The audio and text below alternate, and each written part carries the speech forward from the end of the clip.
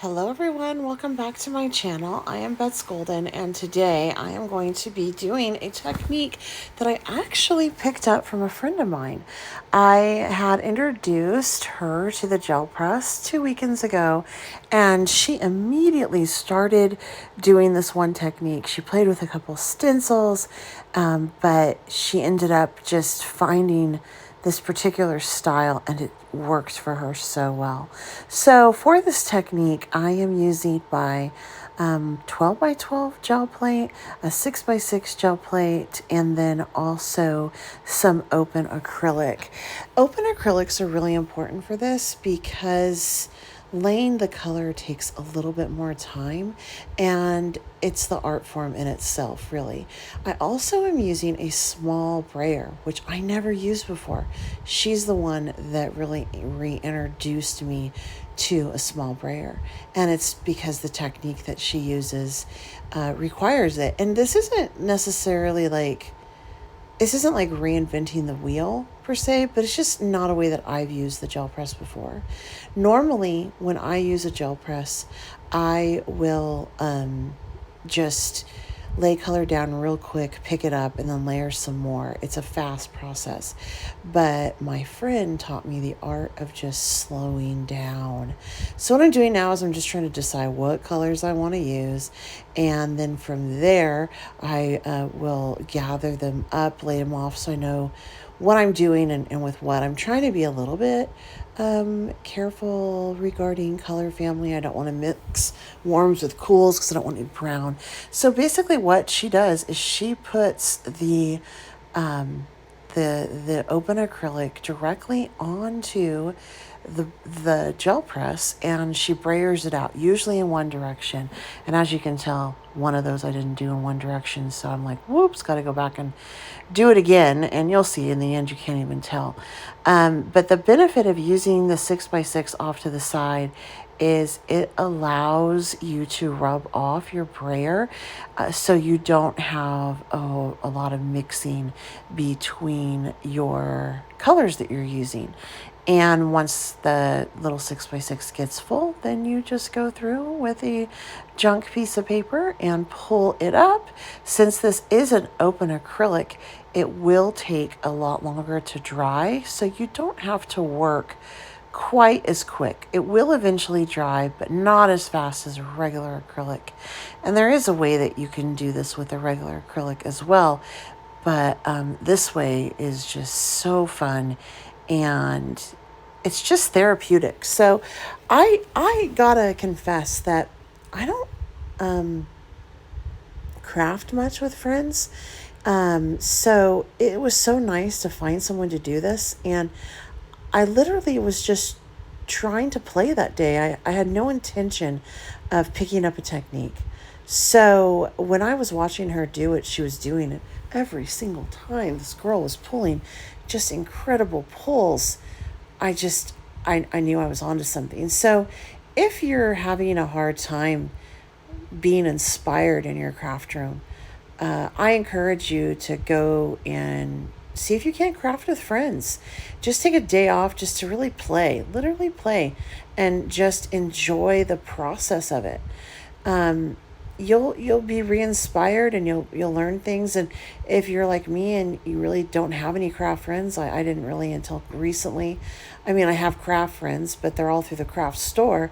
Find your local craft store and see if they don't have, weekly or monthly crops where you can just go down and just play with different things. Because I learned so much from other artists and crafters, and there's something wonderful about sitting down with a friend and creating art. Not only are you creating art, but you're also having this sense of just fellowship with someone else, and it's just wonderful. So I really encourage you just to do that and introduce your friends to your art. You'll never know what they'll pick up on. So now I'm just kind of going around cleaning off the brayer, and I know it looks like it's just a big muddy mess, but I promise you it's not. And then just check this out. So I lay my actually that's copy paper down, and I just brayer over all of it. I'm cleaning off my brayer, and as I'm doing that, I'm also picking up more paint. So I'm getting the back cover too, which I want because once this dries, it does dry into a plastic. So it makes this paper really durable, and it's just a great way to do a couple things at one time. Clean off your brayer and just make your paper more durable. And look at that pretty print. So that's the first one that I got from using my friend's technique of just laying color here and there and brayering it in the same direction. So I still have some on my plate, and I decided at this point that I want to go ahead and do another pull. And so I'm just going to lay some more colors on top of that and do kind of the same basic thing. Now this time I'm laying the colors out kind of all at once or a couple at a time.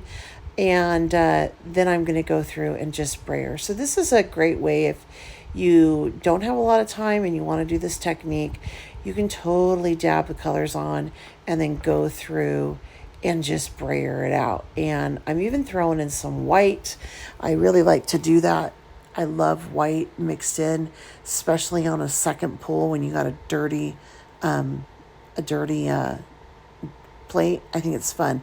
So this time, instead of going in one direction, I'm just kind of going down and then going across, and I'm just moving that brayer all around. And I'm noticing that if I go in with a heavy hand, it leaves those marks, whereas with a soft hand, it does not. And I kind of learned that lesson here in a minute. And by doing it this way, it allows the colors to kind of blend, but they also keep their own integrity. So that was super important to be able to kind of keep that their own integrity. And so, you'll have spots of certain colors on this. It's really just so fun. Oh, by the way, if you want anything I'm using, I do have everything listed down below. So make sure you check that out. If you enjoy my content and you haven't been here before, well, welcome. I hope you do consider subscribing. This is the stuff that I do a lot of. I just show how to play with art supplies. And so if you're interested in that, definitely subscribe, hit that notification bell. And if you have any questions or comments, please feel free to leave them down below. I always read them. And if you enjoy this video, give it a thumbs up. YouTube really likes that, and it makes the little YouTube algorithm gods very happy. So, But with this one, I am pulling up because I don't want to really get my hands dirty. But I'm creating some pretty fun stuff just on that junk piece of paper. I mean, look at that. And then boom, pop that down, watch this. And now I almost have something I can do on that piece of paper. So that's what I love about gel presses. I mean, you can do so much stuff. It's so fun. All right, so making sure it's really nice and well adhered to my gel plate before I start to pull.